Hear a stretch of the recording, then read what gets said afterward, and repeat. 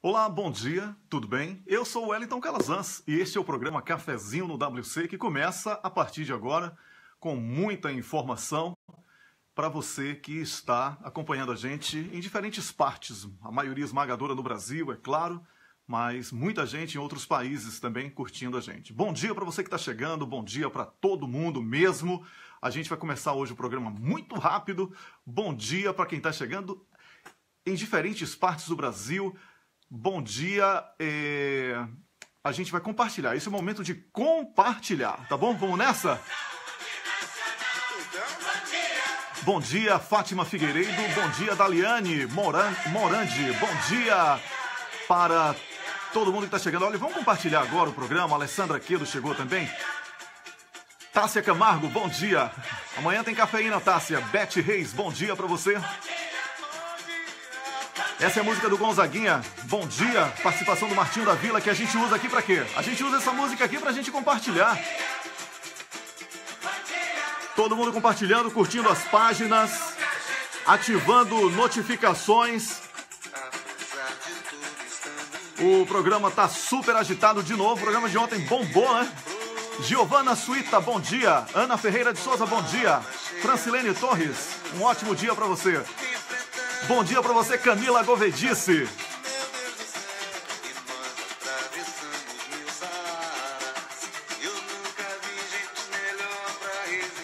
Que música boa, hein? O programa de hoje tem Paulo Gamba, tem a jornalista Miriam Moraes e tem também Rômulos conversando com o Francisco. Você vai saber quem é ele daqui a pouquinho, o que é que ele está fazendo. A Ana Luquezzi já chegou. Lica Fontes, bom dia. Maravilha essa música, hein? Vão cantando e compartilhando, é claro, né? Tem que compartilhar. Justiça, remédio sensacional. Ana Tomazini, bom dia. Preciso falar com você, Ana, hoje lá no grupo, tá bom? O ânimo.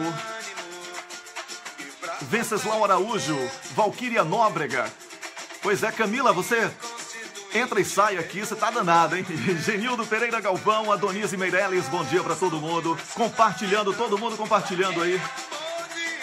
Bom dia! Alegria, alegria, alegria. Pois é, esse é o programa Cafezinho no WC, eu sou o Wellington Calazans. É muito bom estar com você aqui todo dia, de 6 da manhã. E aí eu sou o horário do programa para terminar agora, tá igual a salário de juiz no Brasil, né? Não tem teto, vai estourando o teto. O programa era para terminar todos os dias às 6h30 da manhã, mas acontece que chegou o horário de verão e a galera lá no Nordeste estava reclamando. Wellington, pô, acordar tão cedo, 5, eu queria pegar o live, não dá para ficar só comentando depois que acabou, fica chato e tal. Aí o que é que eu tô fazendo? Eu tô estourando o teto, mas não é só o juiz que tem essa prerrogativa, não, né? Eu também posso estourar teto por aqui para a gente poder conversar com o pessoal do Nordeste que curte o programa Cafezinho no WC e a gente vai mantendo aí essa pegada de compartilhar as páginas. Eu estou agora nesse momento, enquanto estou falando pra caramba, eu já liguei aqui para a primeira convidada de hoje, ela já está em linha, daqui a pouco vai falar comigo, vou chamar daqui a pouquinho. Eu já estou compartilhando com a página do Botando Pilha e com as outras páginas. Então o negócio é esse, compartilhar para aumentar essa cadeia e essa conversa com muita gente. Ivani Souza já chegou, José Alexandrino, Dulce Helena, todo mundo chegando. E é isso, compartilhar para a gente aumentar, porque quem tem a força da mídia é o outro lado. Bom dia, Rômulos, daqui a pouquinho eu chamo você. Janaína Miranda, bom dia para você também, tá? Bom dia onde quer que você esteja. E eu vou conversar agora com uma jornalista que é conhecida nacionalmente. Ela tem um trabalho de ativismo muito bom e ela cansou de ficar esperando iniciativa de formações políticas, partidárias ou não, e decidiu organizar uma página no Facebook para o que eu chamo aqui de ativismo digital de fundamental importância, tá? E eu estou falando da jornalista Miriam Moraes. Miriam Moraes, bom dia! Bom dia, Wellington. Bom dia para todo mundo aí que está nos ouvindo. Que esse dia seja maravilhoso para todo mundo. Olha, o dia já está começando maravilhoso, sabe por quê? Porque quando a gente dá oportunidade para uma pessoa que tem uma iniciativa de organizar grupos de resistência. Então esse dia já é um anúncio, assim, é um prenúncio de um dia bom. Miriam, você pode explicar um pouquinho sobre o que é o seu grupo? Bom, na verdade, vamos chamar de grupo porque nós estamos tomando ações, né, separadas, mas a percepção de que era preciso que a esquerda se erguesse contra o golpe, ela não nasceu agora. Eu tive uma reunião com o Stedley em maio de 2015, ou seja, nós estávamos aí, né, no começo do ano, mas já era muito do ano de 2015, logo depois da posse da Dilma, mas já era notório que haveria um golpe. Eu só entrei para o Facebook, aliás, em 2013, quando eu vi aquelas manifestações e sabia no que aquilo ia resultar. Então, quando Dilma venceu, em maio de 2015, nós fomos atrás do Stedley, porque eu vejo o MST como a maior força e a mais bonita força de luta desse país. Se você vê os filiados no chão, dançando, cantando, eles sabem o que eles querem, né? E eles sabem o que eles tiveram também nessa menos de uma década e meia de governo que abriu oportunidades mesmo. Isso aí não é uma questão de partidarismo, é uma questão de dados, de fatos, né? Então, nós buscamos esse contato com o Stedley, eu já levei pronto o projeto. Olha, vamos ficar todo mundo ali no alto do eixo, aquele eixão que dá lá nos ministérios, né, em Brasília, e vamos descer pedindo para o Gilmar, dizendo para o Gilmar que nós estamos indo buscar aquela lei que proibia a doação de empresas para campanhas. Por que a gente ia fazer isso? Porque a gente já denunciava de cara o golpe, a Globo é obrigada a mostrar, porque você tem causa impacto para ser visto. Mas aí, assim, as portas estavam totalmente fechadas, as manifestações que havia pela Frente Brasil Popular que se criou, eram todas assim, o pessoal no chão defendendo o governo, o pessoal nos carros de som, criticando medidas da Dilma, ministros da Dilma, práticas de governo. E chegando ao cúmulo do absurdo de dizer que essas práticas eram liberais. E você via que aquilo estava muito alinhado ao discurso que a imprensa fazia, que era Globo, Folha. A primeira coisa que a gente tem que entender é que isso é um cartel. Globo, Folha, Estadão e Editora Abril, né, formam um cartel. E aí eles estavam alinhados com isso. E essa preocupação, assim, foi quando eu vi que a coisa estava realmente muito feia para o nosso lado. E aí, desse tempo para cá, nossa busca sempre foi essa. Vamos organizar um levante para salvar, não Dilma. As pessoas têm que tirar essa cabeça. Dilma, ela está muito bem, a Dilma pode fazer o que ela quiser, ela pode ir para qualquer lugar do mundo. É para salvar mesmo as conquistas que o Brasil e os brasileiros tiveram de 2002 para cá. Né? E nós encontramos portas fechadas. Dentro do PT nós encontramos portas fechadas. Você via dentro do jornal Folha de São Paulo, do Estadão, presidente do PT, num momento de golpe, criticando medida de governo Dilma. Né? Aí quando eles dizem, nós fizemos uma luta pelo golpe, nunca se fez.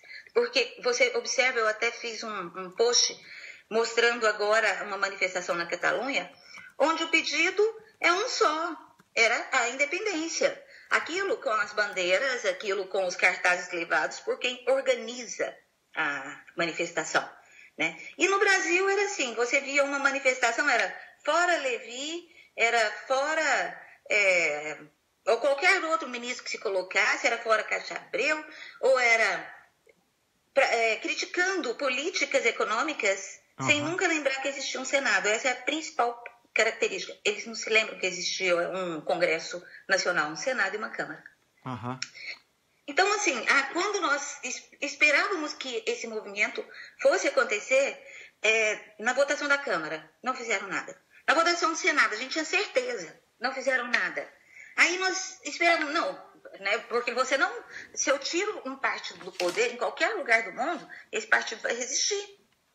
Se eu estou tirando um governo com perfil socialista nas medidas e para colocar golpistas, e estão entrando golpistas capitalistas, o MST vai resistir, a CUT vai resistir. E isso nunca aconteceu. Nunca aconteceu movimento... Miriam, só uma observação aí, muito mais do que capitalistas, né? Porque capitalistas nós também somos, né? A gente não tem que ter aversão ao dinheiro. A questão mesmo é entreguista. Os entreguistas, eles estão querendo destruir o Brasil e o Estado Social, né? Até em escravatura eles estão falando aí, né? Então é muito mais grave. E, na verdade, a gente até tem que entender que o grande problema do Brasil hoje, tanto os políticos quanto o povo ainda não se tocaram de que nós estamos numa ditadura. Nem sempre os ditadores surgem pelo mesmo caminho, pela mesma via ou com o mesmo uniforme. Concordo. E a forma de invasão também internacional não se dá somente através das armas. O Brasil hoje é um terreno ocupado pelos Estados Unidos e pela OTAN, que a gente chama aqui na Europa de NATO, né? Porque por questões estratégicas, geopolíticas, e o petróleo, que está aí explícito, né?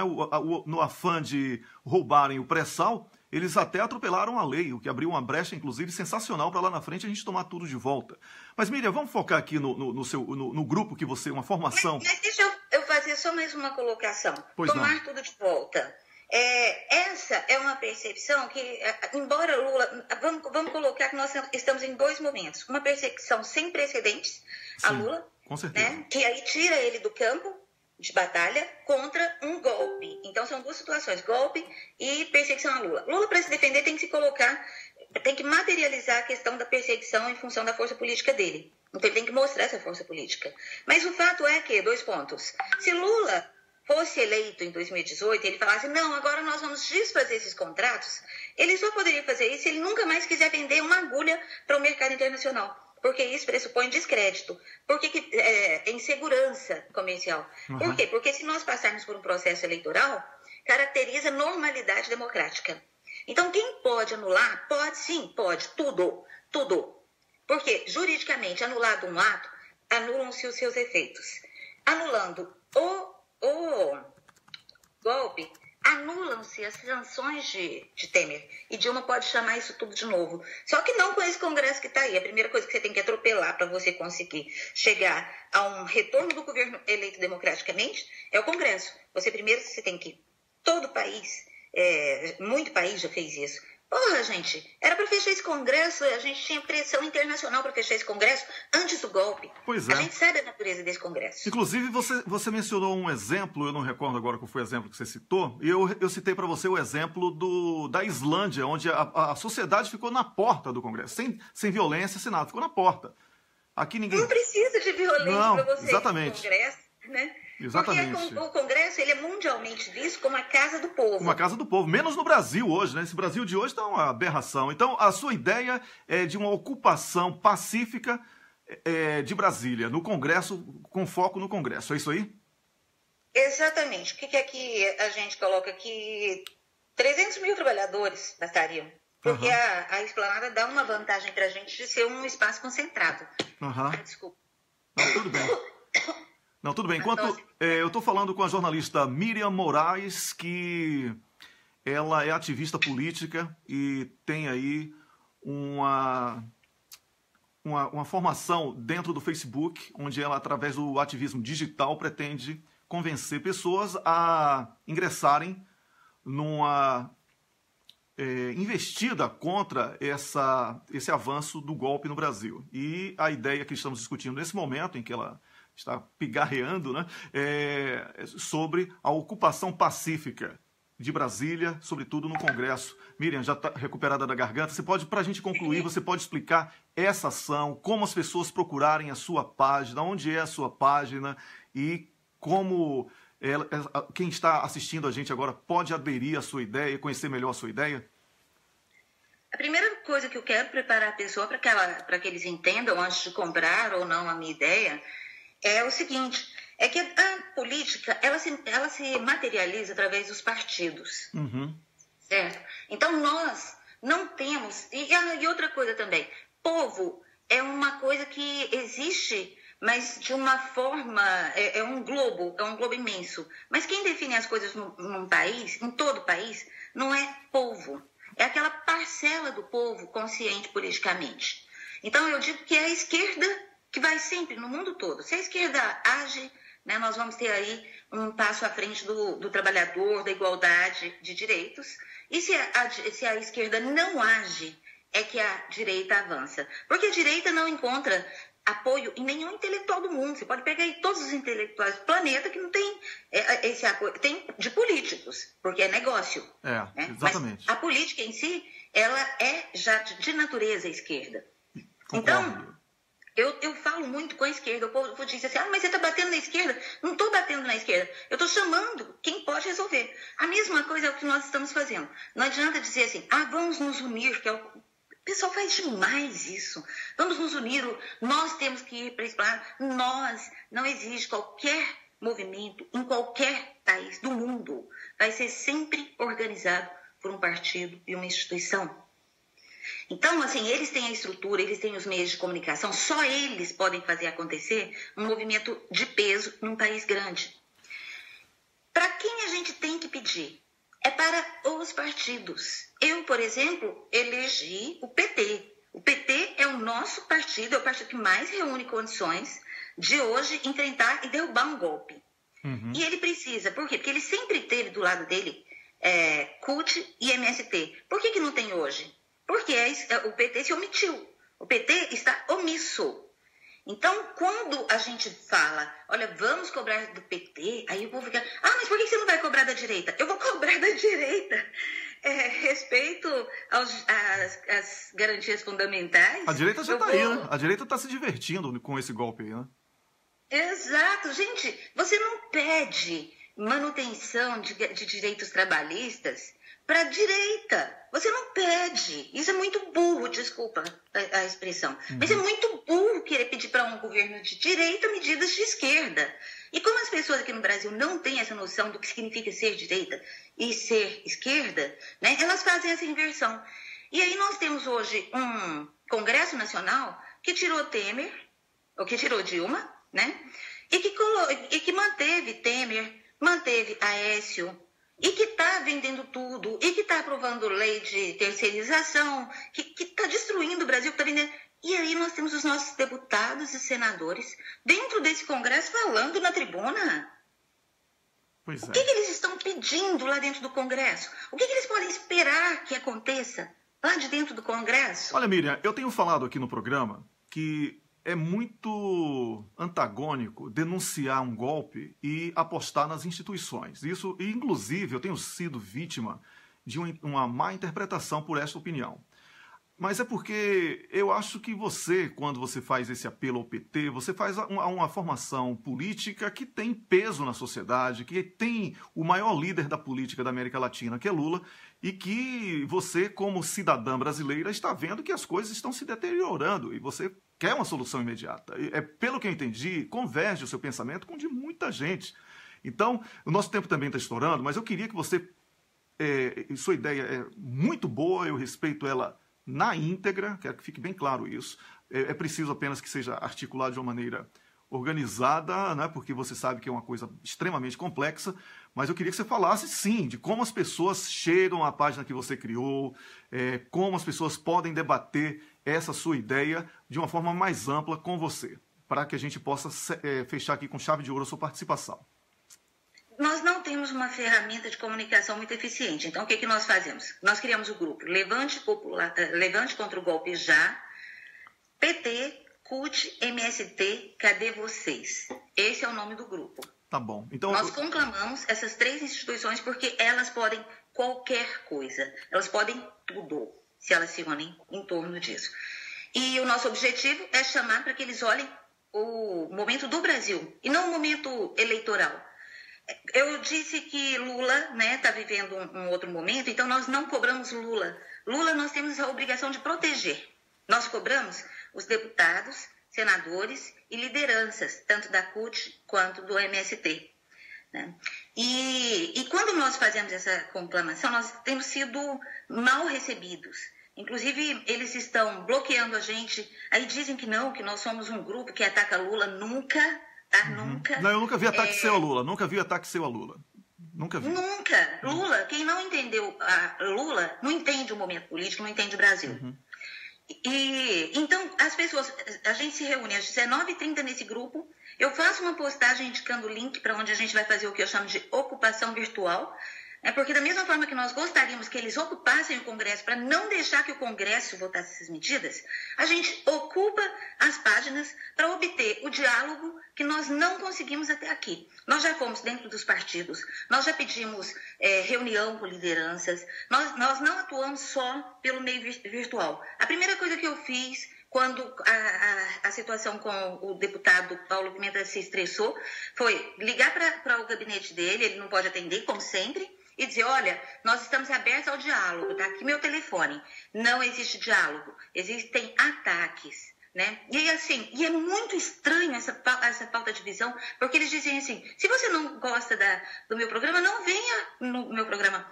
Perdeu a consciência de que o político eleito representa o povo. Nós queremos que eles nos ouçam. Nós temos um plano de ação que consiste em reunir pacificamente as pessoas em torno do Congresso, não agir enquanto não chegar a imprensa internacional, porque ela é a nossa proteção. Uhum. E aí, depois, gradativamente, começar a fazer essa entrada no Congresso diante das câmeras de todo mundo, porque nós temos apoio mundial para fazer isso. Nós temos um planeta inteiro que não reconhece Temer como governo, que sabem que Dilma é a presidente, na qual nós votamos. Então, a primeira instituição que tem que respeitar os nossos votos é o PT, porque eles decidiram que Dilma é carta fora do baralho. Né? E Dilma não é carta fora do baralho, ela é a presidente eleita e que produziu os maiores recordes sociais e econômicos em 2014. Então, a nossa proposta é reunir ali, a gente vai esperar a imprensa internacional chegar e depois nós vamos fazer uma invasão pacífica, gradativa. Ela pode ser demorada? Ela pode demorar. Nós podemos demorar uma semana, mas em uma semana nós derrubamos o golpe. Por quê? Porque a partir do momento que nós tomamos o Congresso, aí nós vamos dizer para o STF, votem agora aquele pedido da Dilma para rever o processo. O processo foi anulado quando saiu com sentença duplicada. Não vou explicar isso agora porque é técnico. Então, eles vão ter, diante de todas as lentes do mundo, eles não vão assinar um documento ilegal. Anulou o golpe, Dilma volta, o Congresso continua com a gente. Por quê? Porque a reforma política feita pelo povo não existe nenhum passo em direção à democracia antes que se faça isso. Com certeza. Aí, tenho falado muito aqui. Tenho falado muito sobre isso, Miriam. Esse é o momento de debatermos todas as reformas, inclusive da justiça, a reforma política, todas da comunicação social, para acabar com esse monopólio. Então, eu até queria colocar uma coisa, porque eu sempre esqueço. Você não vai simplesmente falar, Globo, você fechou. Não, mas a Dilma pode sim fazer um decreto que todo veículo tem 30 minutos de tema político, 15 do governo, 15 da emissora. Porque o governo não precisa ir lá e fechar, mas ele precisa ter voz. Então, 15 minutos para a Globo falar o que ela quiser. Pode falar o que quiser, mas tem que ter os mesmos 15 minutos para o governo se defender. Miriam, é o seguinte... Para mostrar o que vai estar sendo votado. Você é jornalista, sabe que a gente trabalha aqui com o tempo, né? Eu vou precisar de você outro dia aqui para a gente aprofundar mais detalhadamente essa e outras questões. Inclusive, vou convidar o Rômulo, que é o nosso comentarista também de política aqui do programa, para que ele bata esse papo com a gente. Então, vamos agendar. Eu vou pedir a Camila para entrar em contato com você, para que vocês agendem um próximo dia aqui no programa, tá bom?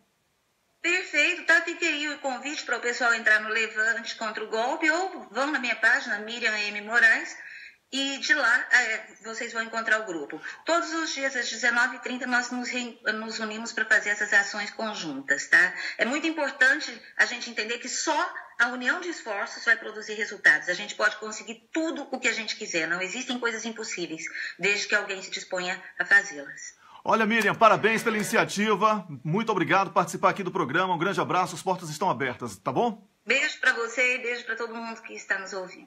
Um beijo para você também. Tudo de bom. Eu conversei aqui com a jornalista Miriam Moraes, né? Expôs aqui o pensamento dela. Vale a pena conferir a página que ela criou.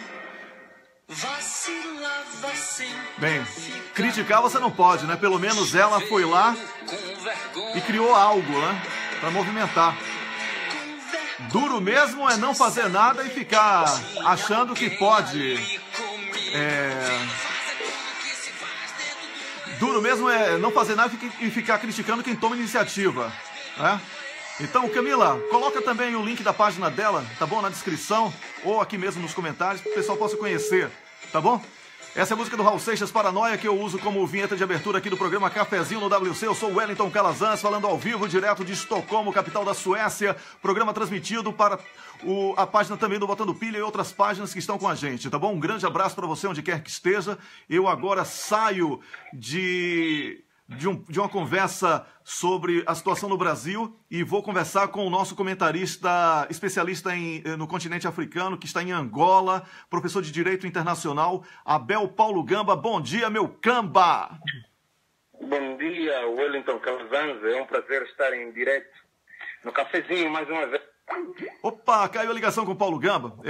O programa está bastante agitado hoje, a gente tem muita coisa boa para falar. Eu vou começar com o Paulo Gamba aqui sobre um tema, como eu falei, que tem sido o destaque, né, nos noticiários do continente africano nesse momento. O filho do presidente da Guiné Equatorial e vice-presidente do país, o Teodorin Obiang, foi condenado a 3 anos de prisão com pena suspensa, ou seja, regime aberto, por ter construído fraudulentamente na França um vasto patrimônio. Paulo Gamba, que história é essa aí da França condenar o vice-presidente da Guiné? Que história é essa, Paulo Gamba? É uma história macabra, né, Wellington? Uhum. Concordo. Alô, Wellington? Eu concordo plenamente. É uma história macabra, porque parte sempre do princípio que o vice-presidente de um determinado Estado detém imunidade. Mas repara que, às vezes, do ponto de vista do direito positivo, a imunidade é algo que protege criminosos, né? Os criminosos, às vezes, ficam ligados à política porque a política tem esse pendor de dar uma certa imunidade para que fiquem protegidos dos seus atos, não é? E eu penso que isso serve de lição porque há um grande problema nas lideranças africanas, que é o que nós aqui na Afrocracia chamamos de síndrome do colonizado. O síndrome do colonizado é quando os chefes aqui tentam agradar a potência colonial, ou seja, dilapidam o erário público e vão investir justamente na terra do opressor. E há uma carga histórica bastante grande, que isso já aconteceu com muitos líderes africanos, que eu ultimamente já não chamamos de líder, mas chamamos de chefe, porque a liderança tem uma vertente muito mais inclusiva. Aconteceu isso com o ex-presidente do Congo Democrático, Mobutu Sese Seko, que tinha cerca de 200 bilhões de dólares investidos em imóveis e numerários na Europa. Aconteceu também com Muammar Gaddafi, que tinha mais de 170 mil milhões, ou bilhões, como se diz aí no Brasil, investidos na Europa, e o dinheiro acabou por lá ficar, não é? E esses dirigentes africanos que são condenados por crime de corrupção ou enriquecimento ilícito por via do branqueamento de capital, se calhar teriam melhor resultado se investissem os seus dinheiros nos seus países, porque até são países que estão conotados com algum resquício de pobreza, miséria, e a Guiné Equatorial não foge essa regra, Wellington. Certo. Não se esqueça que um país rico.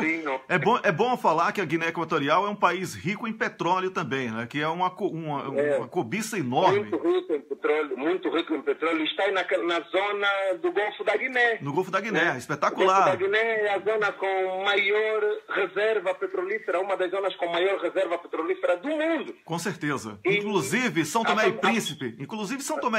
Que está ali bem próximo, que eu conheço um país que eu conheço muito bem. Exatamente. Está na ponta do pré-sal também, né? Então... Exatamente, Wellington. Exatamente. E eu estou para dizer que a família Nguema é uma família que está ligada ao roubo, à violência, a golpes de Estado, ao nepotismo.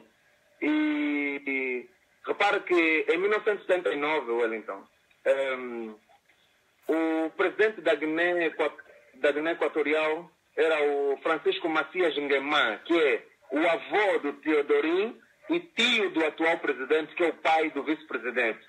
Talvez isso pareça uma monarquia, né? É uma monarquia. E o Teodoro Obiang Nguema, que é o pai do vice-presidente, derruba num sangrento golpe de Estado não é? Acusa o seu tio de genocídio do povo Budi, que é um povo muito representativo também lá na Guiné Equatorial. Sim.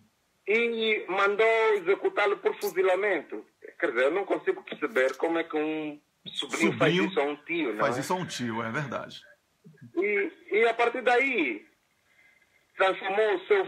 Quer dizer, criou aquilo numa ditadura, colocou familiares próximos no poder.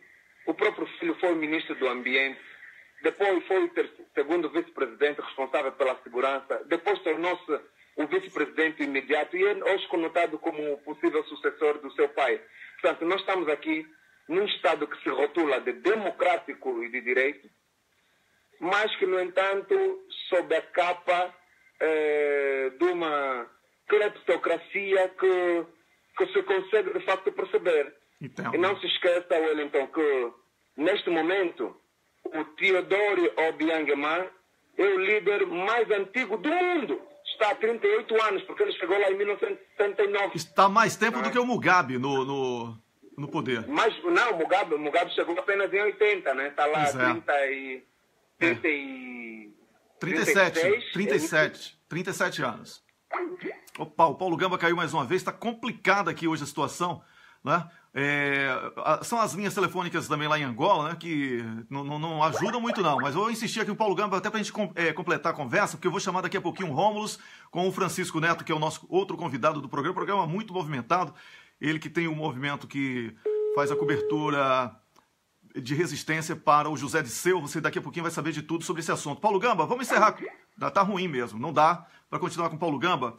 Vou fazer o seguinte, eu vou tentar o Paulo Gamba mais uma vez, por uma questão mesmo de respeito ao nosso comentarista que está lá em Angola, professor de Direito Internacional da Universidade Lusíada de Angola, Abel Paulo Gamba. Eu falei Francisco, mas é Fernando, tá bom, Rômulus, perdão, Fernando Neto, não é Francisco. Perdão, Fernando, eu mate o homem, mas não mude o nome, né? Paulo Gamba, a ligação tá ruim, então vamos concluir a conversa.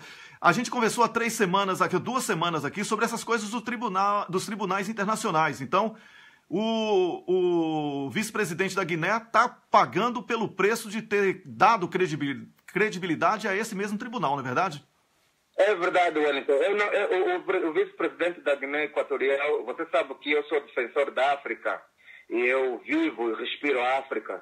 Mas este senhor não tem nenhuma solidariedade minha. E todos os líderes que pensam como ele também não terão solidariedade minha em momento nenhum. Porque são pessoas que são africanos, mas não pensam pela África. Porque os investimentos que ele tem em França, nos Estados Unidos e em outros países extremamente capitalistas, ele podia muito bem investir no seu próprio país. É só para lembrar, Wellington, não se esqueça que o Teodoro Obiang Nguema já foi patrocinador de um grupo carnavalesco no Brasil. Sim, sim. Em 2014 e 2013. 2013, exatamente. Ele financiou com mais de 10 milhões de dólares. Não que tenha algo contra o carnaval brasileiro, mas o fato é que um país... A ostentação, né? Um país que tem problemas gravíssimos. Exatamente. Tem problemas básicos de água, energia, saúde pública. Exatamente. Então preferem gastar dinheiros em futilidade, mostrando ostentação, quando de facto existem pessoas que precisam e eles nem sequer têm olhos para ver. Pois é, olha, Paulo Gamba, você sabe que eu não sou africano de raiz, mas eu sou de origem, né? Porque eu sou baiano, e a Bahia é um puxadinho de Angola, assim, até no mapa, assim, você vê que encaixa direitinho. Né? É um Estado africano no Brasil. É um Estado africano no Brasil, exatamente. Eu quero dizer a você que se você condena a prática política da família do Obiang, eu também condeno, porque você é o meu mentor para assuntos africanos, sem dúvida alguma, nós somos colegas Quanta honra. Nós somos colegas no comentário de política internacional, então a mesma credibilidade que você me dá quando eu comento sobre o Brasil ou sobre a Europa, né, sobretudo aqui o norte da Europa, eu dou a você em relação ao continente africano. Agora, a única coisa que me preocupa como um todo é a credibilidade que é dada aos tribunais, porque esses tribunais aí não punem George Bush e Tony Blair, como a gente falou há 2 semanas. Mas quando Obviamente, Wellington, assim, de facto, os tribunais europeus De certeza que o Teodorinho Obiangema não é o único cidadão no mundo que investiu na Europa de forma ilícita. Com certeza não Existem foi. muitos outros cidadãos. Com certeza. A questão que se coloca aqui é o critério da dualidade, não é? Obviamente que, desde o momento que já se sabe que os tribunais europeus estão virados para os líderes africanos, os próprios líderes africanos deviam adotar um comportamento diferente daquilo que eles fazem. Agora, se eles nem sequer ouvem, continuam a insistir, então eles vão colher aquilo que estão a plantar. Com certeza. Olha, Paulo Gamba, muito obrigado. Hoje não vai ter música não, que o programa está aqui bombando, o tempo está estourando, tá bom? Muito obrigado por ter participado. Eu sou sempre muito grato. A sua participação eleva em muito o nível aqui do debate e do programa. E até a próxima semana. Muito obrigado, Wellington. Estou sempre acompanhando. Um abraço aí a todos os ouvintes do Cafezinho. Ok, um grande abraço. Eu conversei aqui com o professor de Direito Internacional da Universidade Lusíada de Angola, Abel Paulo Gamba, que é meu colega também de comentário de política internacional na Rádio Kairos de Angola. E você está acompanhando o programa Cafezinho no WC. Eu já estou com o Rômulus, que está na Suíça, na ponta da linha. Rômulus, bom dia. Bom dia, Wellington. Bom dia, ouvintes. Rômulus, é sempre bom ter você aqui. Eu até mudei o nome, rapaz, do nosso convidado, porque você está vendo aqui que eu estou naquela pilha, né? Eu conversei com a... Eu chamei de Francisco, mas Não, mas o Fernando já está sendo contactado por mim agora, certo? Wellington, Sim. Enquanto você contacta ele, posso só fazer um comentário sobre o que disse meu colega Paulo Gamba? Poxa, à vontade. Olha só... Fala mais alto, tá, Rômulus?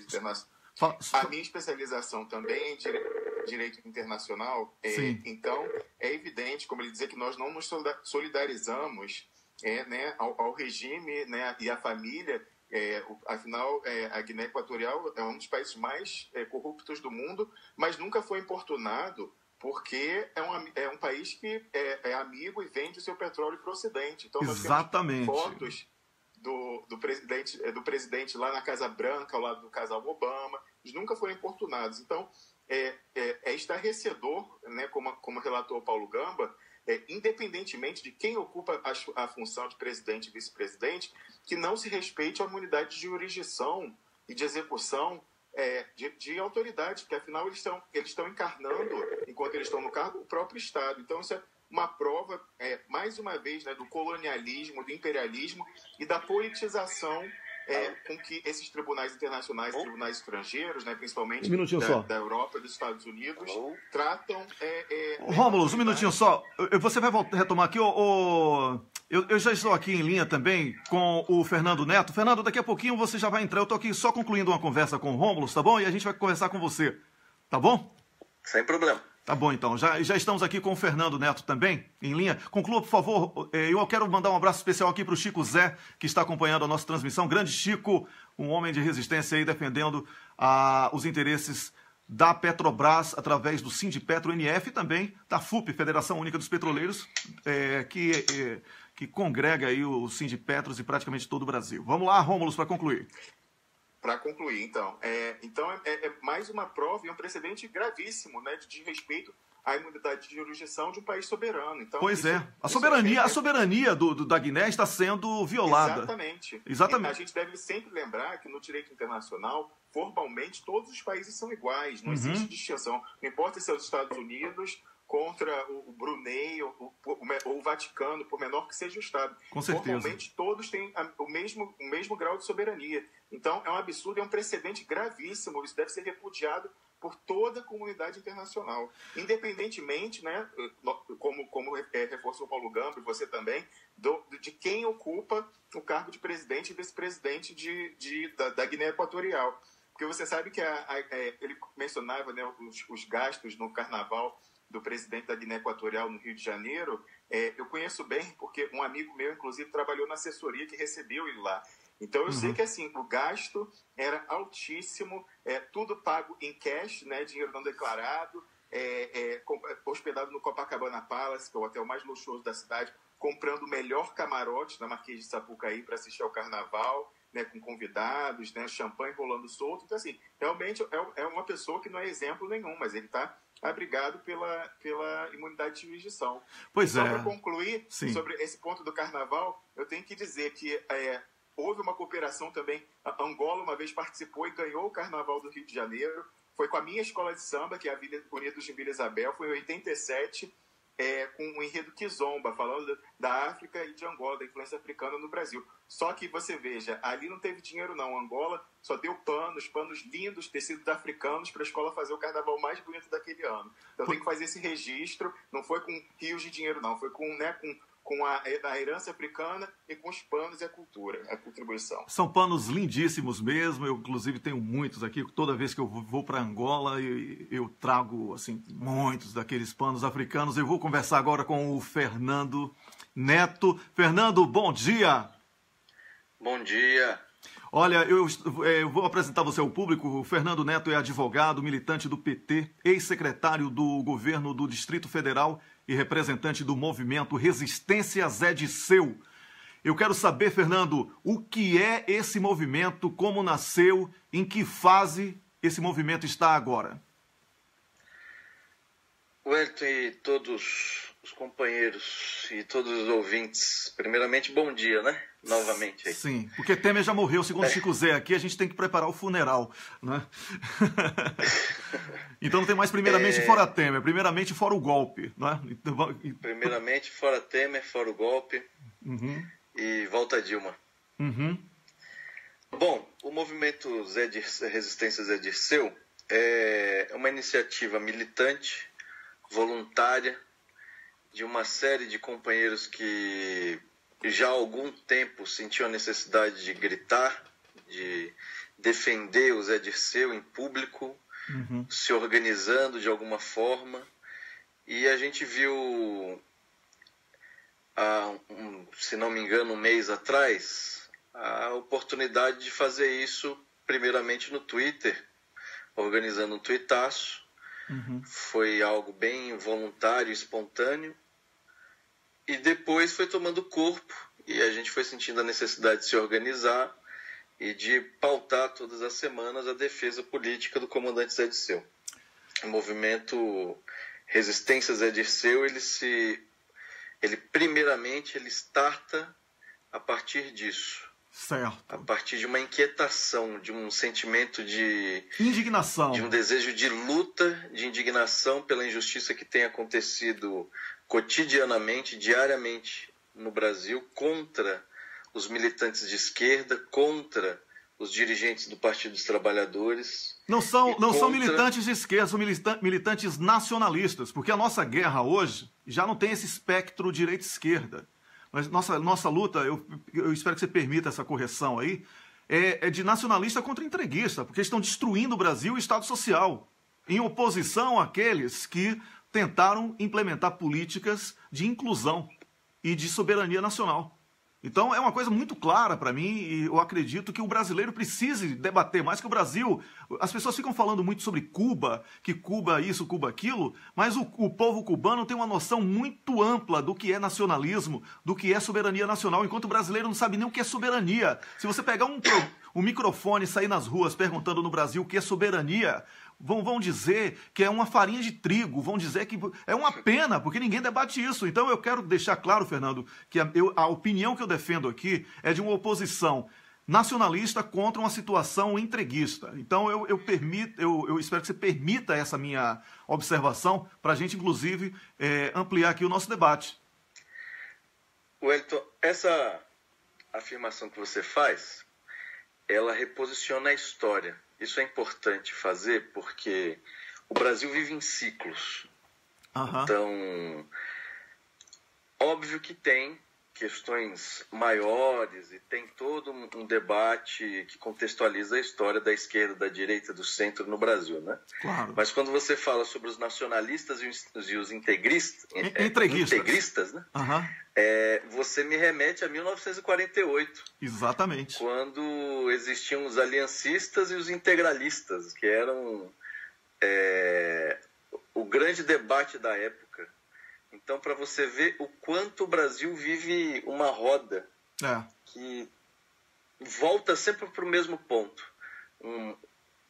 Uma parte de um campo progressista que quer construir e desenvolver o país, que quer colocar o país e incluir a sociedade, e uma outra parte de uma elite privilegiada que não suporta a tese da inclusão. De um país forte, independente, autônomo, com pessoas incluídas, porque precisa de um povo forte. Precisa de uma organização de uma miséria para poder ter controle do salário, para poder ter controle do preço das coisas. Certo.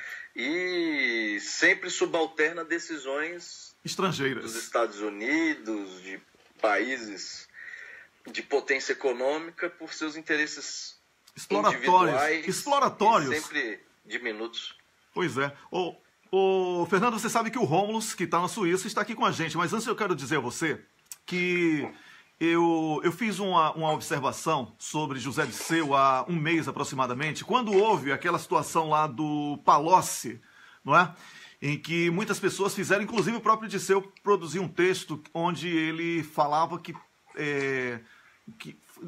ele, claro, de uma maneira muito firme, ele condenou aquela mentira que foi proferida pelo Palocci. Mas eu falei que nem todo mundo está pronto para a tortura.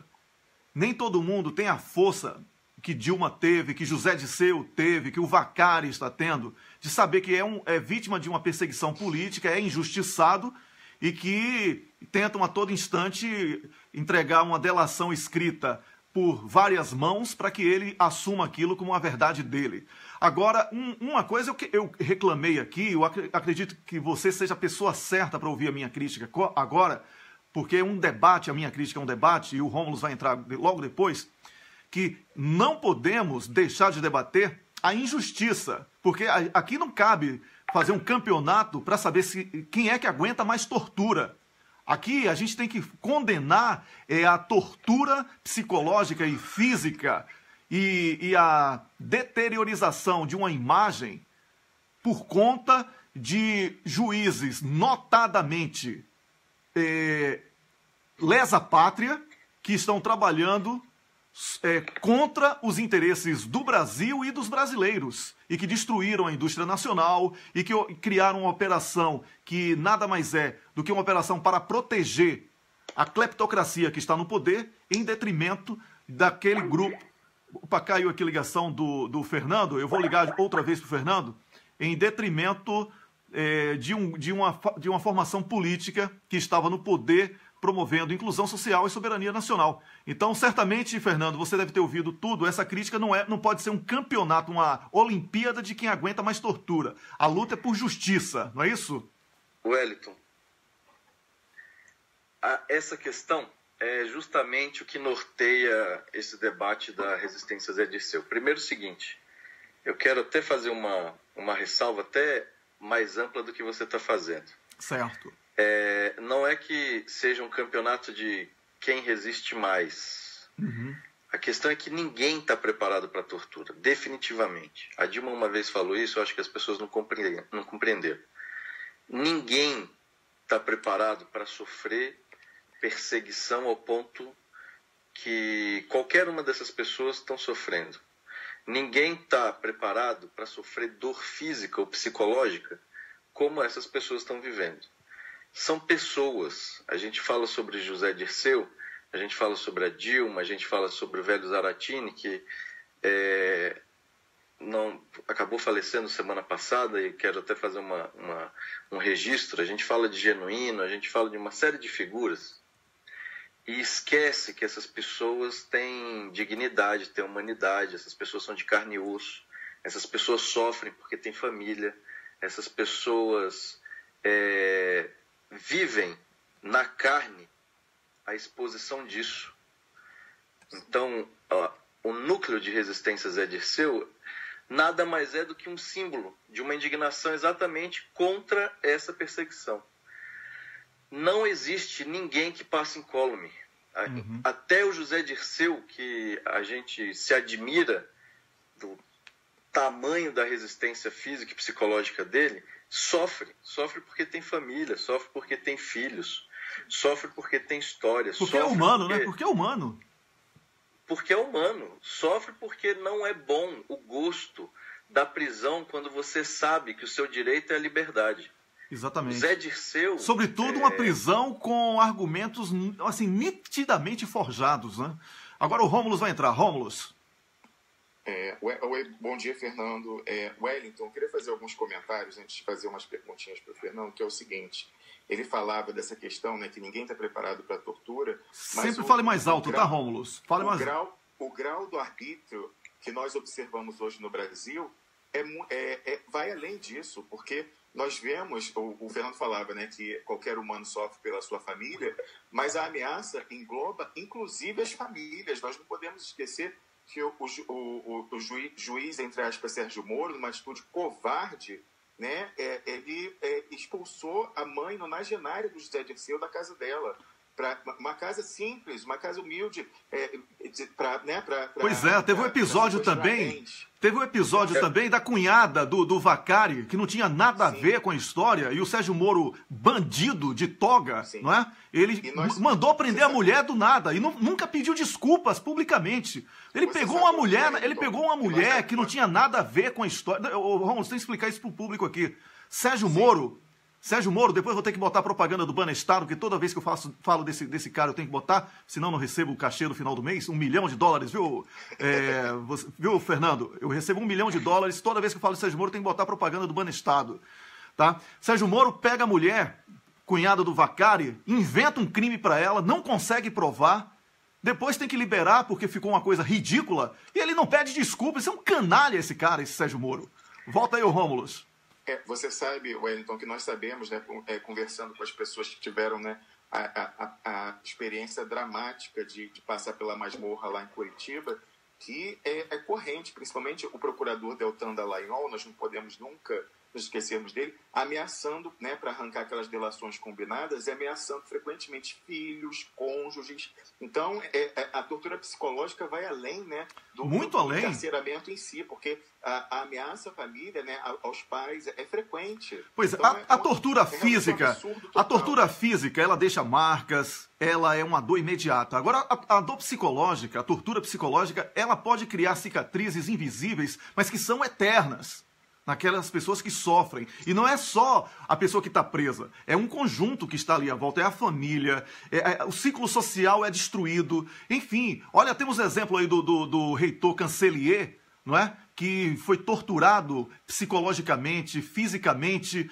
foi humilhado por uma delegada que deveria ser dançarina do Faustão, a Macarena, que eu me recuso a falar o nome dela, Macarena, né? E ele praticou suicídio. A gente deve lutar todos os dias por justiça, e por isso, Fernando, você, para concluir, você explica aí melhor como é que está o psicológico do José Dirceu, porque ele é um cara forte de guerra, certo?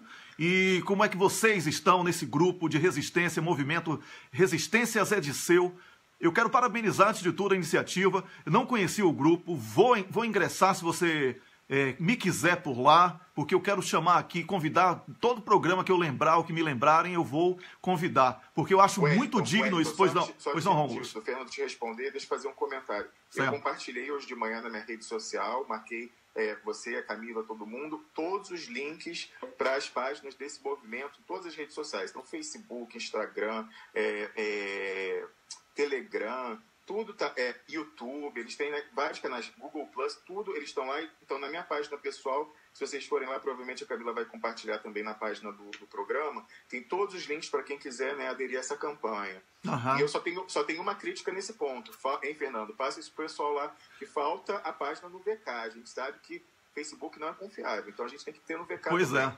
Tem que ter o VK. E aí, Fernando, pode concluir, desculpe interromper, porque aqui o papo é bem dinâmico mesmo, hein? Fica à vontade, estamos aqui para isso. É isso. Bom, primeiro, o Zé Dirceu. O Zé Dirceu, eu preciso resumir de uma forma que vocês compreendam. Como o Zé Dirceu está? O Zé Dirceu, ele sofre, como todos nós. O Zé Dirceu fica incomodado, inquieto, ansioso, nervoso, até porque a perseguição que o Moro tem aplicado não é algo simples. Porque não é uma perseguição jurídica tão somente. Porque não vamos nos esquecer que é associada à imprensa. A imprensa é ferramenta, ora ferramenta para perseguição, ora ferramenta para acusação, ora ferramenta para absolvição de quem é do seu interesse. E a grande imprensa brasileira, ela é implacável na forma como ela persegue as pessoas. Então, o Zé Dirceu, ele... Resumindo para vocês, eu acho que a gente tem essa impressão do Zé, dele ser às vezes até um super-homem, pelo nível de consciência que ele tem das coisas. Uhum. O Zé Dirceu tem compreensão total e plena do papel dele nesse processo político como um todo, desde o mensalão. E talvez por isso, por essa compreensão que ele tem do processo, que ele tem da história, que ele tem do sistema, da estrutura e do seu funcionamento, por isso que ele tenha tanta resistência e força para continuar lutando. Porque ele entregou a vida dele para a luta. Com certeza. Então ele é um exemplo e é um ponto fora da curva. Mas a gente não pode se esquecer dos outros. E a resistência Zé Dirceu, ele serve para isso. A gente não está defendendo o ídolo José Dirceu. A ideia não é essa. A ideia é defender o homem José Dirceu, a perseguição que tem sofrido e todos os outros companheiros que estão vivendo no mesmo nível de perseguição. Seja o Vacari, que também está lá até agora sem justificativa nenhuma da justiça, não, que nenhuma. já foi absolvido é só uma birra, 2 vezes pelo TRF. É só uma birra de um juiz que Tacla Duran denunciou na Espanha que recebeu grana através da esposa para facilitar a vida dele. É essa justiça do Brasil, o Fernando. Vamos falar sério. É uma cleptocracia que está no poder, e está inclusive no poder judiciário, e seguindo aí firme e forte no avanço do projeto. Uma cleptocracia de direita, ué. Uma cleptocracia de direita, exatamente. Não dá pra gente resumir que é birra de um juiz, porque a birra do juiz está vendendo o Brasil inteiro. É pela birra de um juiz que o pré-sal está sendo entregue, que a educação está sendo reduzida aos patamares de 1980, que a saúde está sendo cada vez mais desconstruída para a empresa da farmácia, a empresa da indústria da saúde, a empresa que privatiza a saúde entrar nos estados e poder fazer suas privatizações. É por conta da birra de um juiz que o direito dos trabalhadores foi praticamente aniquilado, que a aposentadoria quase é perdida. Uhum. Então, o contexto da resistência Zé Dirceu busca, inclusive, esclarecimento disso.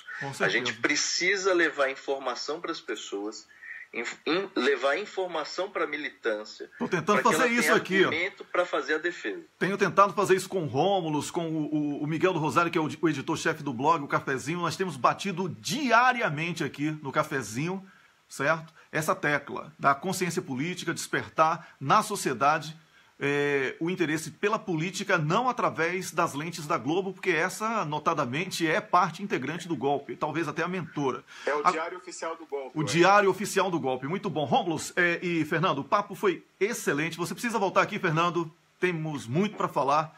O próximo convite que eu fizer a você, não vou convidar mais ninguém para a gente falar aqui sobre José Dirceu. Manda um abraço aí do público, que, com exceção de um tal de Fábio, que eu não quero que vocês fiquem comentando, troll, não é? Esse cara aí deve ser um fake do Bolsonaro 1918.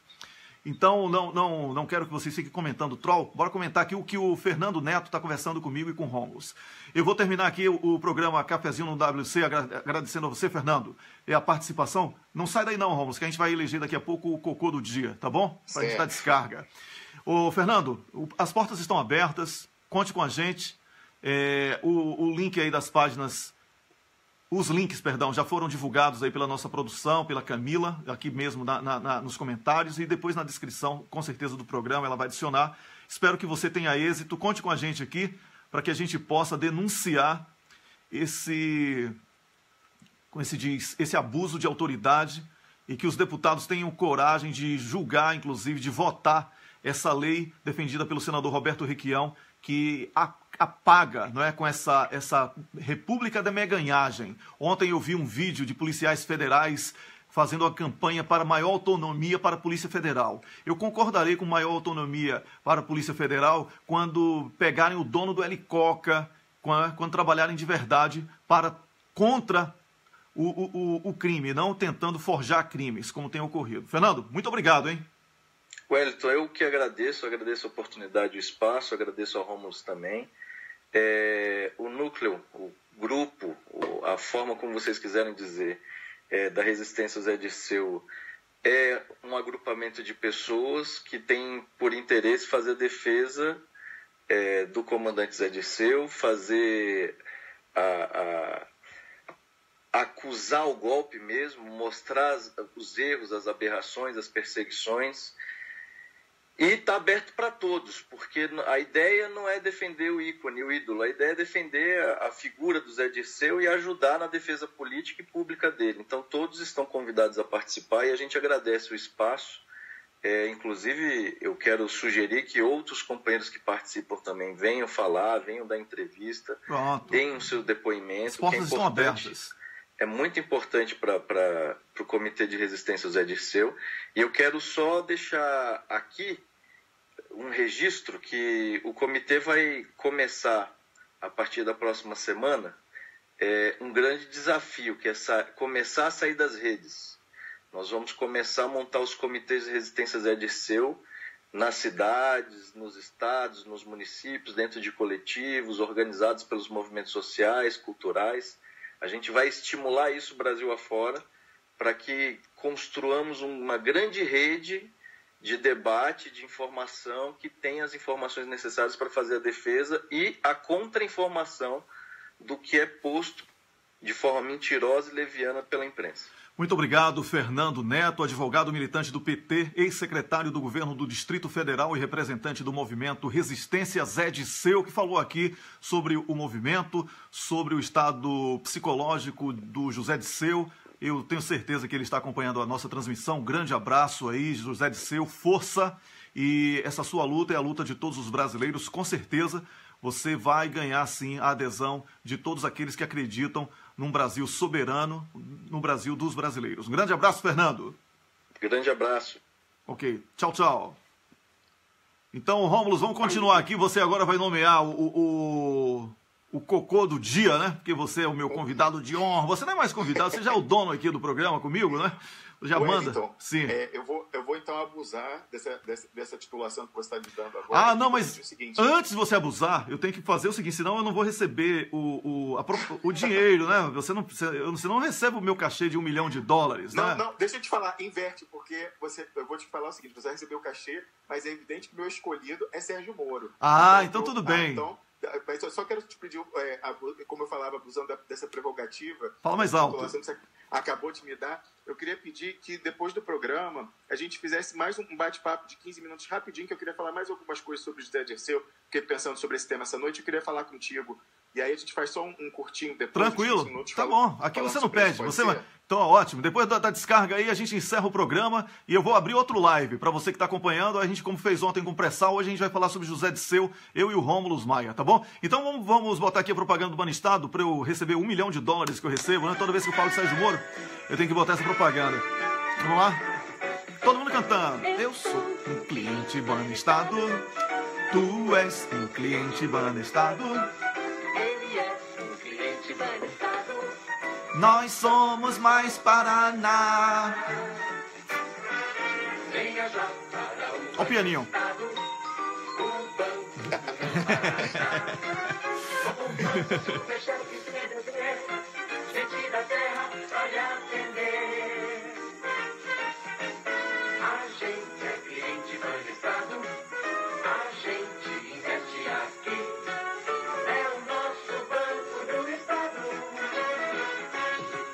Trabalhar, viver, sorrir.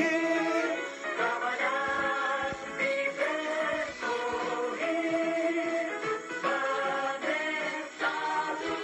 Banestado é o patrocinador oficial do nosso programa Cafezinho no WC. Sempre que a gente fala sobre Sérgio Moro, ele sabe por quê. Tá bom? Eu vou falar agora que o Rômulo elegeu o Sérgio Moro o cocô do dia, não é isso? O cocô do dia. Só um comentário que eu queria fazer. Sim. Toda vez que eu ouço esse jingle, por alguma razão que eu não sei explicar, eu sinto a necessidade de falar que eu tenho conta na Suíça, como algumas outras pessoas, mas a minha só tem dinheiro limpo. Tá bom. Não sei porquê. Olha, já tem dinheiro. Antes não tinha. A gente tem que conversar sobre isso depois. É verdade. Não tá muito dinheiro, não. Nem limpo, nem sujo. Ô, Rômulo, então o cocô do dia hoje é Sérgio Moro, não é isso? Hors concurso, com certeza. Então, quando é Sérgio Moro, tem que dar descarga mais de uma vez, se sabe, né? Porque o cara é uma merda grande. Então, vamos lá. Ninguém da família pediu pra entrar. Eu não pretendo nenhum dos meus hábitos modificar. A minha irmã diz que tá apertada. Fica falando que tá por um triz. O que é que eu faço é no banheiro que eu me sinto feliz. Olha lá, Sérgio Moro, todo feliz. O que é que eu faço no banheiro que eu me sinto feliz? Sérgio Moro, cocô do dia. Todo mundo apertando o número 2.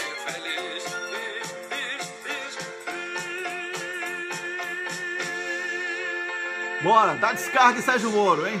Desmoronando em 3, 2, 1. Gostei dessa, Daliane. Opa, tá descendo aqui. Aí você sabe, né, Rômulus, que tem aquele problema quando é Sérgio Moro. É um cocô grande, né? E aí, quando é Sérgio Moro, a gente tem que dar descarga mais vezes. Então eu vou pegar aquela escova chamada referendo revogatório. Vamos lá. Isso. Vamos lá. Pronto. Tá descendo, hein? Desceu. Agora tá aquele cheiro ruim. A escova referendo revogatório tá passando por aqui. Vamos botar aqui um detergente nióbio. Pronto. Desceu, né? O desmoronando desceu. Tchau, Moro. Tchau. Tchau, tchau. Pessoal, eu sou o Wellington Calazans, eu apresentei o programa ao vivo, direto de Estocolmo, capital da Suécia, e conversando aqui com o Rômulus Maia, que está na Suíça, né? E a gente vai encerrar o programa agora, porque o tempo estourou, a Camila já está desesperada lá, dizendo que não vai dar para publicar, porque você já passou de 1 hora. Calma, Camila, você manda, mas calma. E a gente vai voltar daqui a 3 ou 4 minutos com mais um live, dessa vez para falar sobre a situação de José Disseu, dando uma sequência aí com informações muito importantes que o Rômulus Maia tem sobre o assunto, tá bom? Então, volta um live daqui a pouquinho aí, todo mundo compartilhando daqui a pouco, pra gente bater esse papo, ampliando o debate. Um grande abraço, amanhã às 6 da manhã estarei de volta. Tchau, tchau.